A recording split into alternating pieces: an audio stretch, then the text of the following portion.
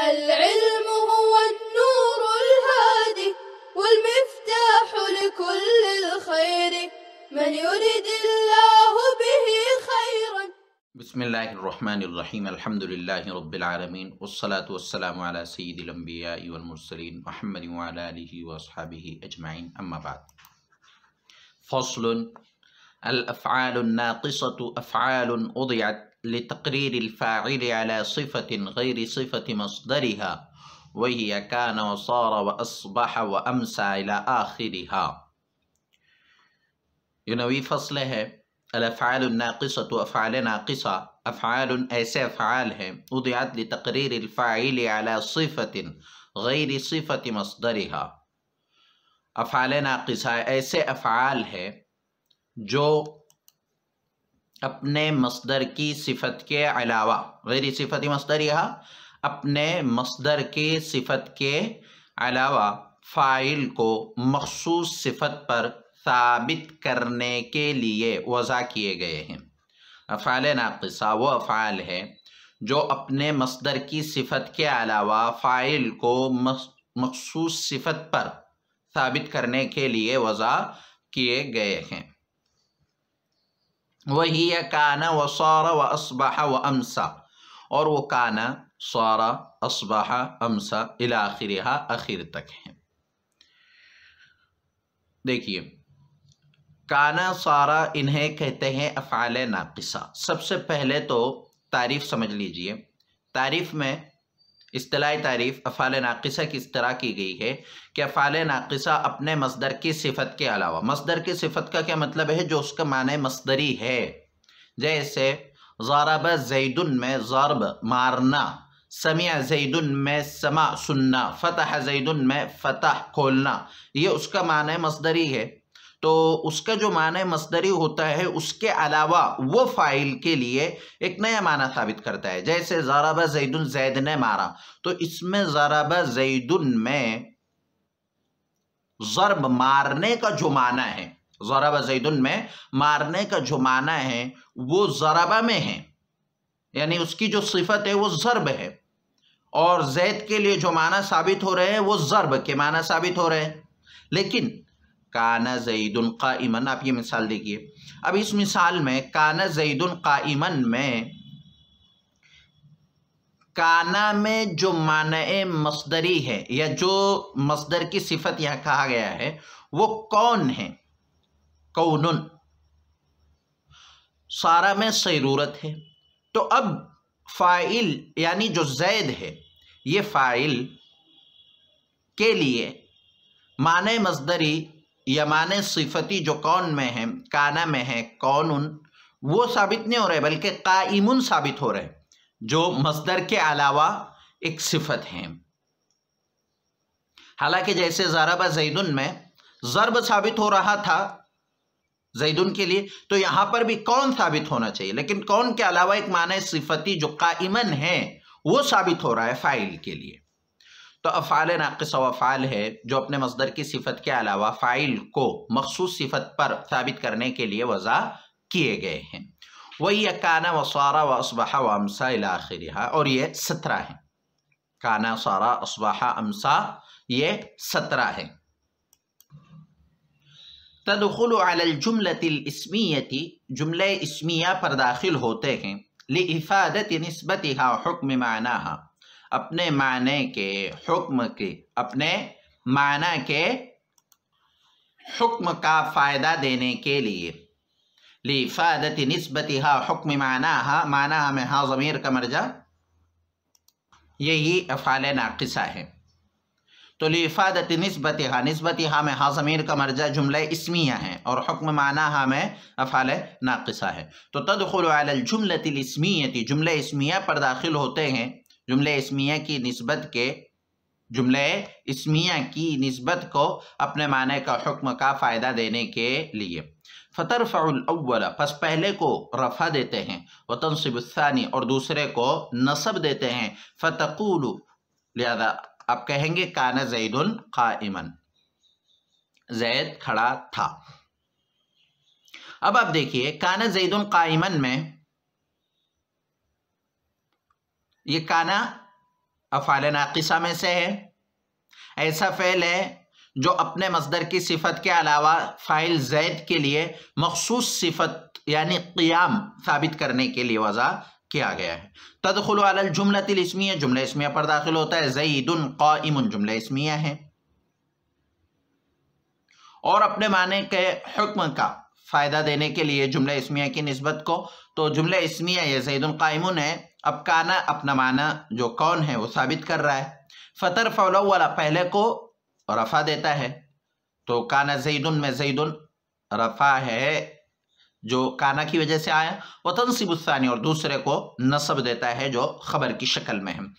پہلے کو کانا کا اسم کہا جاتا ہے اور دوسرے کو کانا کی خبر کہا جاتا ہے۔ کانا زید قائما، کانا فعل ناقص، زید اس کا اسم، قائما اس کی خبر، کانا اپنے اسم و خبر سے مل کر جملہ فعلیہ خبریہ ہوا۔ وَكَانَ عَلَى ثَلَاثَةِ أَقْسَامٍ، اور کانا کی 3 قسمیں ہیں۔ اب ہر ایک کی تفصیل بیان کر رہے ہیں کہ کانا صارا اصبح حمزہ کے کیا معنی ہوتے ہیں، ان کا کیا عمل ہوتا ہے۔ تو لفظی عمل تو سب کا یکساں ہے، یعنی یہ اپنے اسم کو رفع اور خبر کو نصب دیں گے۔ وَكَانَ عَلَى ثَلَاثَةِ أَقْسَامٍ، کانا کی 3 قسمیں ہیں۔ وَهِيَ تَدُلُّ عَلَى ثُبُوتِ خَبَرِهَا لِفَاعِلِهَا فِي الْمَاضِي إما دائما نحو وكان الله عليما حكيما، او منقطعا نحو كان زيد شابا۔ کانا ناقصہ، کانا ناقصہ وہ دلالت کرتا ہے اپنے فاعل کے لیے اپنی خبر کے ثابت ہونے پر ماضی میں۔ کانا ناقصہ وہ دلالت کرتا ہے علی ثبوت خبرها لفاعلها، اپنے فاعل کے لیے، علی ثبوت خبرها اپنی خبر کے ثابت ہونے پر، فی الماضی ماضی میں، یعنی جو کانا ناقصہ ہوتا ہے وہ کانا ناقصہ اپنے فاعل کے لیے خبر کو ثابت کرتا ہے، لیکن ماضی میں ماضی کے لیے ثابت کرتا ہے۔ اما دائمن، یا تو وہ خبر فاعل کے لیے دائمی طور پر ثابت ہوتی ہے، یا منقطعا انقطاعی طور پر ثابت ہوتی ہے۔ کانا ناقصہ اپنے فاعل کے لیے اپنے خبر کے ثبوت پر دلالت کرتا ہے، لیکن یہ خبر فاعل کے لیے یا تو دائمی ہوتی ہے یا دائمی نہیں ہوتی ہے۔ دائمی ہونے کا مطلب جیسے وَكَانَ اللَّهُ عَلِيمًا حَكِيمًا، اللہ تعالیٰ علیم ہے، حکیم ہے۔ اب اللہ تعالیٰ علیم تھا یا حکیم تھا یہ نہیں کہہ سکتے ہیں، اس لیے کہ اللہ کے لیے صفت علم اور صفت حکمت یہ دائمی طور پر ثابت ہمیشہ کے لیے ہے۔ او منقطعا، یا انقطاعی طور پر ثابت کرتا ہے، جیسے کان زید شابا، زید جوان تھا، اب نہیں ہے، بوڑھا ہو گیا ہے۔ یا کان زید طفلا، زید بچہ تھا، تو اب یہ دائمی صفت نہیں ہے۔ تو کانا کی جو خبر، کانا کے فاعل کے لیے جو خبر ثابت ہوتی ہے وہ یا تو دائمی ہوتی ہے یا انقطاعی ہوتی ہے۔ وتامۃ، اور تامہ، وہی بمعنی ثبت وحصل نحو کان القتال ای حصل القتال، اور کانا تامہ وہ ثبت اور حصل کے معنی میں ہے، جیسے کان القتال جنگ ہوئی، اب یہاں جنگ ہوئی تھی ترجمہ نہیں کریں گے، اس لیے کہ ثبت اور حصل کے معنی میں ہے ای حصل القتال، یعنی جنگ ہوئی۔ اور جو کانا تامہ ہوتا ہے اس کو خبر کی ضرورت پیش نہیں آتی۔ وزائدۃ، اور کانا زائدہ، وہی لا يتغیر باسقاطها معنی الجملۃ، اور کانا زائدہ وہ ہے جس کے ساقط کرنے سے جملے کے معنی نہیں بدلتے، یعنی کانا زائدہ کو اگر جملے سے ساقط کر دیا جائے تو اس سے معنی جملے میں کوئی فرق نہیں ہوتا ہے۔ کقول الشاعر، جیسے شاعر کا قول، جیاد بنی ابی بکر تساما علی کان المصومۃ العرابی، بنو ابی بکر کے عمدہ گھوڑے فوقیت لے گئے عرب کے نشان زدہ گھوڑوں پر، عرب کے نشان زدہ گھوڑوں پر۔ اب دیکھیے یہاں ترجمہ ہو رہا ہے علی المصومۃ العرابی کا، کانا کا ترجمہ یہاں نہیں ہو رہا ہے۔ اب یہاں سے کانا کو اگر حذف کر دیا جائے تب بھی معنی میں کوئی فرق نہیں ہوگا، تب بھی وہی معنی ہوگا کہ بنو ابو بکر کے عمدہ گھوڑے عرب کے نشان زدہ گھوڑوں پر فوقیت لے گئے، تسامہ فوقیت لے گئے۔ تو علی کانا اصل معنی میں ہے علی المصومۃ العرابی کے، تو یہاں کانا زائدہ ہے۔ ترکیب بھی اسی طرح ہوگی، جیاد بنی ابی بکر تسامہ، علی کان المصومۃ الاعرابی میں علی حرف جر، کان زائدہ، المصومۃ الاعرابی موصوف صفت مل کر جار کا مجرور، اور جیاد بنی ابی بکر مبتدا، جیاد بنی ابی بکر مبتدا، تسامہ فعل فاعل، علی کان المصومۃ الاعرابی جار مجرور مل کر تسامہ سے متعلق ہو کر جملہ فعلیہ خبریہ ہو کر جیاد بنی ابی بکر مبتدا کی خبر، مبتدا خبر مل کر جملہ اسمیہ خبریہ ہوگا۔ تو کانا یہاں زائدہ ہے۔ تو کانا کی 3 حالتیں ہیں، نمبر 1 کانا ناقصہ جو یہاں اصل ہمارا آج کا سبق ہے، نمبر 2 کانا تامہ، نمبر 3 کانا زائدہ۔ اب دوسرے نمبر پر ہے صارہ، وصارہ للانتقال، اور صارہ انتقال کے لیے آتا ہے۔ انتقال کا مطلب ایک حالت سے دوسری حالت کی طرف تبدیلی کی، ایک حالت سے دوسری حالت کی طرف یا ایک حقیقت سے دوسری حقیقت کی طرف بدلنے کے لیے صارہ کا استعمال کیا جاتا ہے۔ جیسے صار زید غنیا، زید مالدار ہو گیا۔ اب زید پہلے فقیر تھا، مالدار ہو گیا تو ایک حالت سے دوسری حالت کی طرف چلا گیا۔ صار الطالب عالما، طالب علم عالم ہو گیا، پہلے طالب علم تھا اب عالم ہو گیا، ایک حالت سے دوسری حالت کی طرف بدل گیا۔ وأصبح وأمسى وأضحى تدل على اقتران مضمون الجملة بتلك الأوقات۔ أصبح، أمسى، أضحى یہ مضمون جملہ کو ان اوقات کے ساتھ ملانے پر دلالت کرتے ہیں۔ تدل على اقتران مضمون الجملہ، مضمون جملے کو ملانے پر دلالت کرتے ہیں، بتلك الأوقات، ان اوقات کے ساتھ، یعنی اس میں جو معنی ہے ان اوقات کے ساتھ جملے کے معنی کو ملا دیتے ہیں۔ یعنی اصبح میں صبح کا وقت ہے تو آگے جو جملہ آئے گا وہ جملہ مضمون جملے میں صبح کا معنی آ جائے گا، امسا میں شام کے معنی، اضحیٰ میں چاشت کے معنی۔ جیسے اصبح زید ذاکرا، اب یہ زید ذاکر تھا، زید ذاکر ہے، لیکن جب اس پر اصبح داخل کیا گیا تو اس کا ایک اسم ہو گیا، اس کی ایک خبر ہو گئی۔ اب ترجمہ ہوگا اصبح زید ذاکرا، زید صبح کے وقت ذکر کرنے والا ہے، ای کان ذاکرا فی وقت الصبح، یعنی صبح کے وقت میں ذکر کرنے والا تھا۔ اسی طرح امسا زید ذاکرا، زید شام کے وقت ذکر کرنے والا ہو گیا، ای کان ذاکرا فی وقت المسائی۔ اضحى زید ذاکرا، زید چاشت کے وقت ذکر کرنے والا ہو گیا، ای کان ذاکرا فی وقت الضحى۔ وتکون بمعنی صار، اور وہ صارہ کے معنی میں ہوتے ہیں، اور وہ صارہ کے معنی میں ہوتے ہیں، یعنی یہ تینوں اصبح، امسا، ضحا صارہ کے معنی میں بھی آتے ہیں۔ جیسے اصبح زید غنیا، زید مالدار ہو گیا۔ اب یہاں صبح کا معنی نہیں ہوگا اس لیے کہ یہ اصبح صارہ کے معنی میں ہے، یعنی ایک حالت سے دوسری حالت کی طرف تبدیلی کے لیے۔ وَتَكُونُ تَامَّةً، اور کبھی وہ تامہ ہوتے ہیں اور کبھی وہ تامہ ہوتے ہیں، یعنی اصبح، امسا، ضحا تامہ بھی ہوتے ہیں۔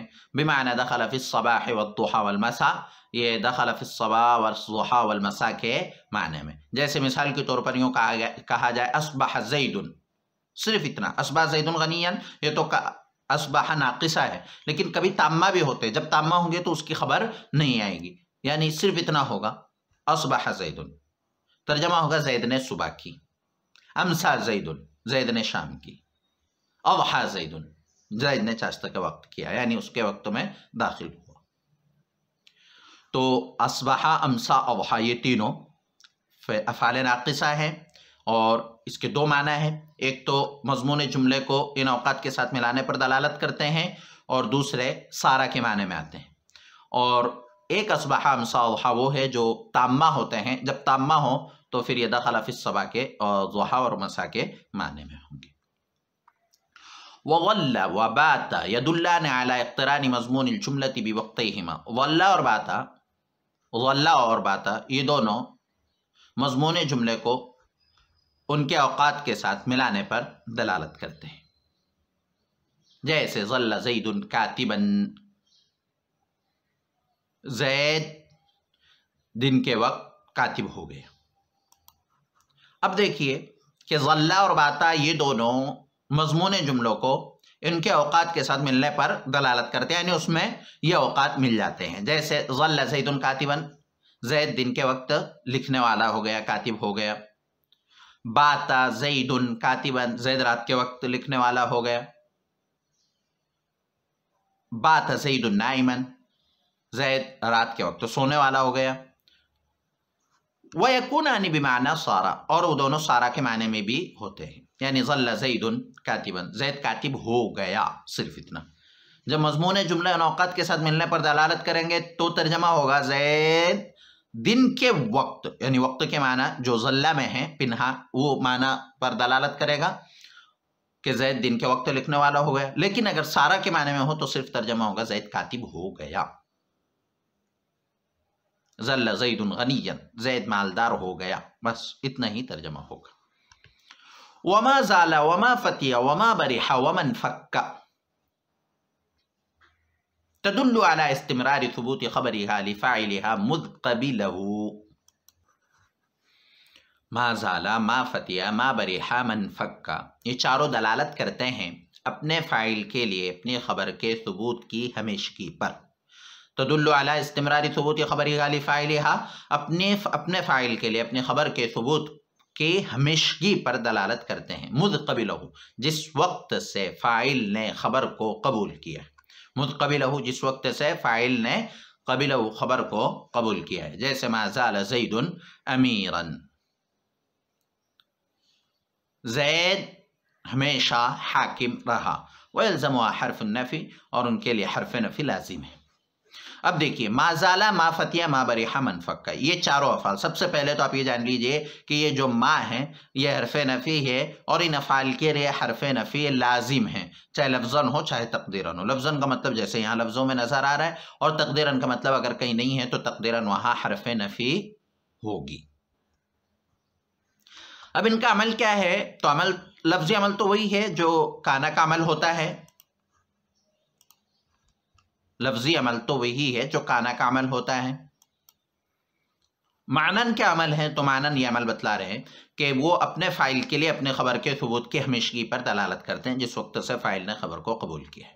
جس وقت سے فاعل نے خبر کو قبول کیا ہے کا مطلب یہاں آپ مثال سے اس کو سمجھ لیجیے۔ ما زال زید امیرا، زید امیرا، اس کا یہ جملہ اسمیہ ہے، زید امیر، زید امیر ہے، لیکن جب اس پر ما زال داخل کر دیا گیا تو اب اس کا ترجمہ ہوا زید ہمیشہ امیر حاکم رہا، یعنی جب سے زید نے خبر کو یعنی امارت کو قبول کیا ہے اس وقت سے برابر وہ امیر رہا۔ جس وقت سے زید امیر ہے اس وقت سے لے کر ابھی تک برابر امیر رہا۔ ما زال زید امیرا، تو زید فاعل ہے، اپنے فاعل کے لیے اپنے خبر کے ثبوت یعنی امیر ہونے کو ہمیشگی پر دلالت کرتا ہے، یعنی زید کے لیے امیر ہونا ہمیشہ کے لیے ثابت ہے، جب سے وہ امیر بنا تب سے برابر وہ امیر ہے۔ تو ما زال زید امیرا، قرآن کریم میں ایک مثال ہے تاللہ تفتأ تذکر، یہ فتیہ افتو جو ہے اسی سے ما فتیہ، تاللہ تفتأ تذکر یوسف، کہ یوسف علیہ السلام برابر اللہ کا ذکر کرتے رہے۔ تاللہ تفتأ تذکر یوسف، ترجمہ صحیح کر لیجیے کہ یوسف علیہ آپ ہمیشہ، تاللہ تفتأ آپ ہمیشہ، تذکر یوسف یوسف کا ذکر کرتے رہیں گے۔ تو تفتأ میں بغیر نفی کے ہے تو وہاں نفی مقدر ہوگی، حرف نفی، تاللہ لا تفتأ تذکر یوسف کے معنی میں ہوگا۔ تو آپ جب سے یوسف علیہ السلام کا ذکر کرتے ہیں تو برابر ذکر کرتے رہیں گے۔ تاللہ تفتأ تذکر یوسف، یہ دیکھیں تاللہ تفتأ تذکر یوسف، آپ برابر یوسف علیہ السلام کا ذکر کرتے رہیں گے۔ تو تاللہ تفتأ یہاں معنی میں ہے لا تفتأ کے، تاللہ تفتأ لا تفتأ کے معنی میں ہے۔ وما دام يدل على توقيت امر بمدة ثبوت خبرها لفاعلها، اور مادام، وما دام اور مادام اپنے فاعل کے لیے، مادام اپنے فاعل کے لیے اپنے خبر کے ثبوت کی مدت کے ساتھ کسی چیز کو مؤقت کرنے پر دلالت کرنے کے لیے آتا ہے۔ دوبارہ ترجمہ دیکھیے، مادامہ اپنے فاعل کے لیے، یہاں جتنی مرتبہ ہم نے فاعل کا ترجمہ کیا ہے یا کتاب میں جو فاعلیہ لکھا ہے اوپر بھی، وہی فاعل ان کا اسم بنتا ہے۔ تو اپنے فاعل کے لیے اپنی خبر کے ثبوت کی مدت کے ساتھ، بمدت ثبوت خبر یا اپنے خبر کی ثبوت کی مدت کے ساتھ کسی چیز کو مؤقت کرنے پر دلالت کرنے کے لیے آتا ہے۔ اقوم مادا نحو، جیسے اقوم مادام الامیر جالسا، میں کھڑا رہوں گا جب تک امیر بیٹھے رہے، میں کھڑا رہوں گا جب تک امیر بیٹھے رہے۔ تو اب یہاں مادامہ فعل ناقص ہے جو اپنے فاعل کے لیے یعنی امیر کے لیے اس کے خبر کے ثبوت، یہ جو جالسن خبر ہے اس کے ثبوت کی مدت پر دلالت کرنے کے لیے آتا ہے۔ تو اقوم کسی چیز کو ثابت کرنا یعنی میرا کھڑا ہونا، قیام اس وقت تک باقی رہے گا جب تک امیر بیٹھا رہے گا۔ تو امیر کے لیے جو خبر ثابت ہے، جب تک خبر ثابت رہے گی امیر کے لیے تو اقوم میرا کھڑا ہونا باقی رہے گا۔ تو مادامہ اپنے فاعل کے لیے اپنے خبر کے ثبوت کی مدت کے ساتھ کسی چیز کو مؤقت کرنے پر دلالت کرنے کے لیے آتا ہے۔ تو یہاں اقوم مادام الامیر جالسن میں امیر کے لیے جب تک جلوس یعنی بیٹھنا ثابت رہے گا تب تک میرا کھڑا ہونا باقی رہے گا۔ وَلَيْسَ يَدُلُّ عَلَى نَفِي مَعْنَى الْجُمْلَةِ حَالًا، اور لیسا معنی جملے کی نفی پر دلالت کرتا ہے حال کے اعتبار سے۔ وقیل مطلقاً، اور ایک قول یہ ہے کہ مطلقاً نفی پر دلالت کرتا ہے۔ نحو لیس زید قائما، دیکھیے لیسا معنی جملے کی نفی پر دلالت کرنے کے لیے آتا ہے باعتبار حال کے، حال کے اعتبار سے مضمون جملے کی نفی کرتا ہے۔ اور ایک قول یہ ہے کہ مطلقاً مضمون جملے کی نفی کرتا ہے، جیسے لیس زید قائما، زید اس وقت کھڑا نہیں ہے، یہ حال کی نفی ہے۔ اور لیس زید قائما، زید کھڑا نہیں تھا، دونوں معنی اس میں پائے جا رہے ہیں، دونوں قول میں کوئی تعارض بھی نہیں ہو سکتا ہے۔ کبھی مضمون جملے کی نفی میں ماضی کے اعتبار سے نفی کرے گا اور کبھی مطلقاً مضمون جملے کی نفی کرے گا۔ لیسا یہ فعل غیر متصرف ہے یعنی اس سے گردان نہیں آتی، صرف ماضی کا صیغہ آتا ہے لیسا۔ وقد عرفت بقیت احکامها فی القسم الاول، اور بقیہ احکام آپ قسم اول یعنی اسم کی بحث میں، مرفوعات میں، منصوبات میں پڑھ چکے ہیں۔ فلا نعیدها، لہذا ہم اس کو دوبارہ نہیں دہرائیں گے، فلا نعیدها، لہذا ہم اس کا اعادہ نہیں کریں گے۔ تو سب سے پہلے آج کے ہمارے جو سوالات ہیں وہ قلم بند کر لیجئے۔ پہلا سوال ہے افعال ناقصہ کی اصطلاحی تعریف کیجئے، افعال ناقصہ کسے کہتے ہیں؟ دوسرا سوال، افعال ناقصہ کو افعال ناقصہ کیوں کہا جاتا ہے؟ آپ افعال ناقصہ کے جو اسباق گزشتہ ہم نے پڑھے ہیں وہاں اس کو تلاش کر سکتے ہیں۔ تیسرا سوال، افعال ناقصہ کتنے ہیں اور کیا کیا ہے، اور لفظی عمل کیا ہے، اور ہر ایک کا معنن کیا عمل ہے؟ یعنی لفظی عمل تو ہر ایک کا یکساں ہے لیکن معنن ہر ایک کے عمل الگ الگ ہیں۔ آپ تفصیل کے ساتھ مثال بیان کیجیے۔ السلام علیکم ورحمۃ اللہ وبرکاتہ۔ السلام عليكم، لا تنسوا الاعجاب بالفيديو والاشتراك في القناة تشجيعا لنا لنستمر بنشر المزيد إن شاء الله.